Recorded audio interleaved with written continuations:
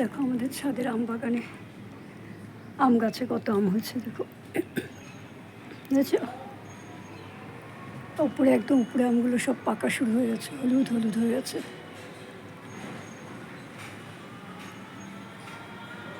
এটা আমাদের বাড়ি পেছন দিকটা।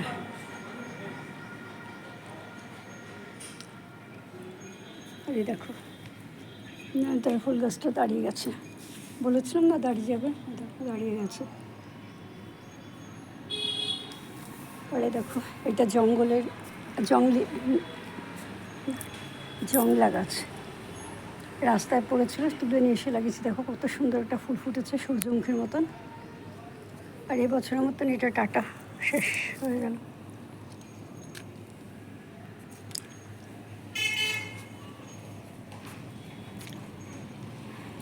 আর দেখো ছোট ছোট লঙ্কা গাছে কত সুন্দর লঙ্কা হয়েছে, কিন্তু কত আগাছাও হয়েছে গো, আমার পক্ষে তো এসে তোলা সম্ভব না। থানকুনি পাতা যেমন ভরে গেছে তেমন আগাছা তো ভরে গেছে।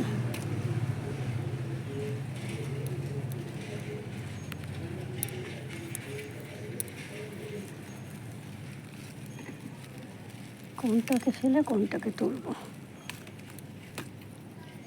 এই গাছগুলোর কোনো যত্ন করতে হয় না, অথচ এগুলো কেমন তত্তর করে বেড়ে ওঠে। আর যেগুলো যত্ন করা হয় সেগুলো আর বাড়ে না।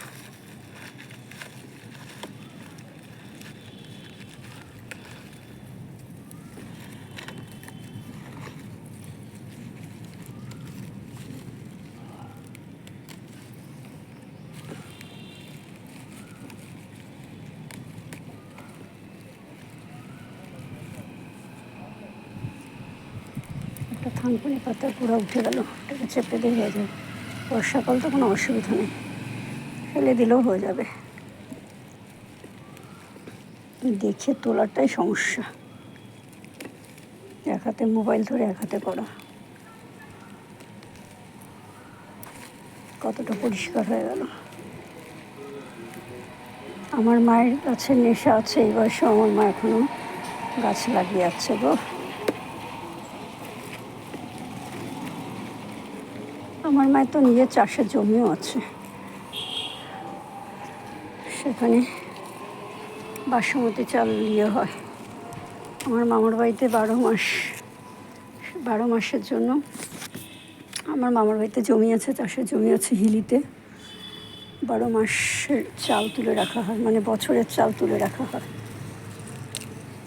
আমার মায়েরও জমি আছে, কিন্তু মা সেগুলোকে মামার বাড়িতে দিয়েছে, কারণ আমার মায়ের ছোটোবেলার থেকেই বাবা মা নেই। মায়ের জন্মের 3 ঘন্টা পরে আমার দিদা মারা গেছেন, তারপরেই আমার মায়ের মামি মানুষ করেছেন।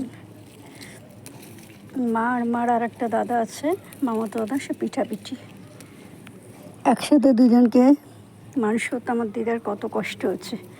6 বোন, নিজেরই 6টা মেয়ে, 3টে ছেলে, পরের আবার 3টে ভাগ্নিকে আমার দিদা মানুষ করেছেন। তাহলে চিন্তা করো, 6 ছেড়ে 10টা সন্তানকে তাকে মানুষ করতে হয়েছে। আর এখনকার মায়েরা একটা সন্তান মানুষ করতে পারে না। এই দেখো আপনা আপনি আবার উঠেছে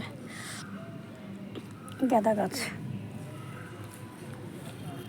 আসলাম গাছ, ভাবলাম যখন আছি ওখানে একটু।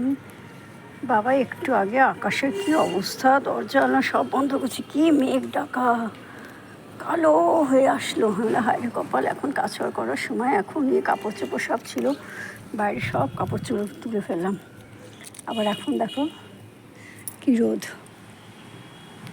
দেখো আকাশটা কত সুন্দর। কেউ বলবে 1 ঘন্টা আগে এরকম হয়েছিল।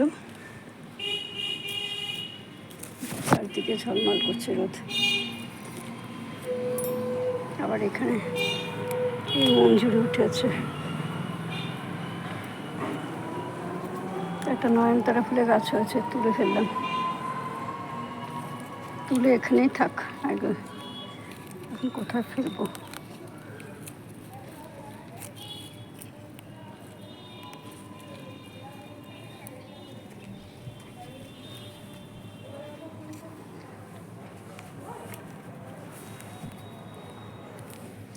সমস্ত করবী ফুল গাছে কুড়ি এসেছে।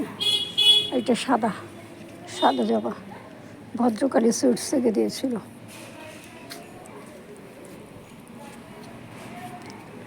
আমার গাঁদার পাতা গাছটা দেখো কত ভালো হয়েছে, দেখেছো কেমন ঝাঁকড়া। আবার সাথে দেখো শিউলি ফুল গাছটা আছে, শিউলি ফুল গাছটা এরকম ঝাঁকড়া হয়েছে। এখনই যদি সরিয়ে না দেওয়া হয় তাহলে শিউলি ফুল গাছটা এমনি বাড়তে চায় না, এতদিন ধরে একটু বাড়েনি, তাই জন্য গাছটাকে সরিয়ে দিলাম।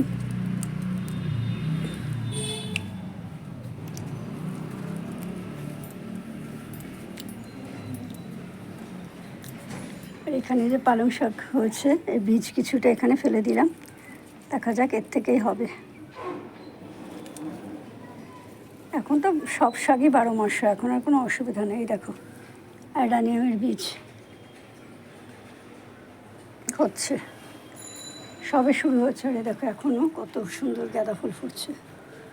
ঝিঙে গাছটা বাড়ছে, ঝিঙে গাছটাকে বড় একটা লগা দিয়ে তুলে দিতে হবে। এইটা হলো গুলঞ্চ লতা, যাদের খুব সুগার আছে তারা যদি এই গুলঞ্চ লতাকে পানির মতন খিলি করে খায় তাহলে কোনো কিছু ছাড়াই খেতে হবে, তাহলে তাদের সুগার কমে যাবে।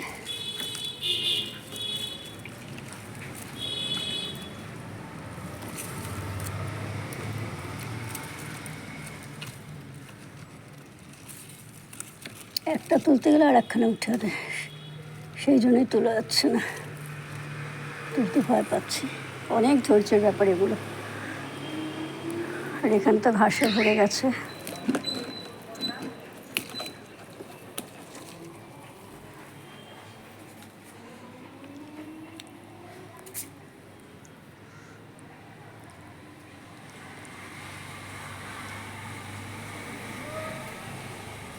মা আবার এখানে সব পুঁই শাক লাগিয়ে দিয়েছে, মা পুঁই শাক খেতে খুব ভালোবাসেন, তো ওই জন্য।